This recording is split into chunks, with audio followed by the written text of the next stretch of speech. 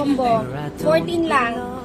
Hello po, welcome or welcome back dito sa food truck ni RC. Nanonood po kayo ngayon dito sa aking Facebook page. Kung nagustuhan nyo po ang inyong napanood at you want to watch some more, pwede nyo rin pong i-visit ang aking main account. Doon po ako nag-upload ng mga long form videos patungkol sa buhay ko po dito sa Belgium being a food truck owner at sa aking pribadong buhay together with my family. Ang main goal ko po kung bakit ko po ginagawa at pinasok ko na rin ang pag-vlog ay patuloy ko pong isulong at ipakilala ang ating mga lutuing Filipino dito sa Belgium at sa mga karatig bansa. At lucky for me, slowly but surely, na isa sa katuparan ko naman po ang goal ko na yan sa tulong po ng ating mga kababayan at mga suki na iba't ibang lahi. Kaya what else can I say?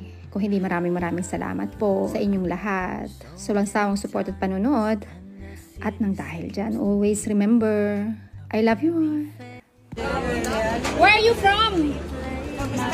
Spain. Oh, they were just there. Barcelona. Yeah, thank you so much. Yeah, Costa de Mar. I also was in Costa de Mar, in Girona. Thank you so much, madam. Thank you very much. Enjoy. Enjoy.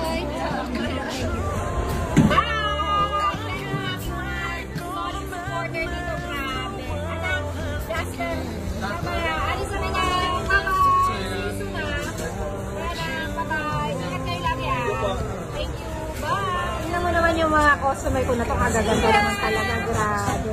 At ang dahil dyan, always remember, I love you all. Ayan na. Okay. Bye ha. Thank you, Bea. Ingat kayo. Bye-bye mga Be. Bye-bye. Ito na yung talaga magpapayaman sa akin, actually. Lalaki na yung waistline. I love you. Kaya meron ang lalaki ng waistline sa akin. Fiestahan ba to? O birthday? Meron ba na-50? Food test lang kami dalawang mag-asawa. I love you, Bea. Si Manang Josie, love kayo niya. Okay, thank you. Thank you so much. Bye. Thank you, good luck, success.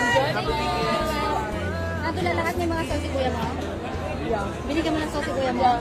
Hi guys! Kung napanood nyo po ang part 1 ng ating Thursday location, salamat po. So, ito na po ang part 2. Ayun, tapos na tayo sa labas. So, move on naman tayo dito sa loob. Napakasimple at sobrang dali lang po ng ating preparation dito sa food truck ko guys. Konting linis, konting touch up, ready to go na, di ba? I don't want to make things super complicated kasi syempre mag-isa ko lang and at the same time, ayoko rin na masyadong pahirapan yung sarili ko para sa pagpapatakbo ng aking mamunting negosyo, di ba? Sa totoo lang guys, my least favorite things to do dito sa aking pagiging food trucker is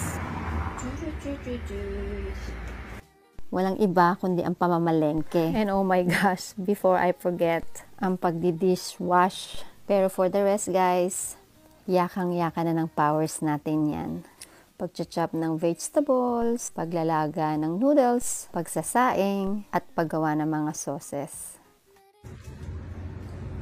Ayaw mo kumaway. O, ayan guys, yan po ang ating preparation for today. Maraming salamat po sa pagsama nyo sa akin. Maasa po ako na patuloy nyo po akong samahan sa aking food truck adventure dito sa Belgium. Bye-bye for now. And guys, always remember, I love you all. Bye! Kumita lang ako talaga sa pagbablog ko. Babahan ng regalo guys. Kumita lang talaga ako.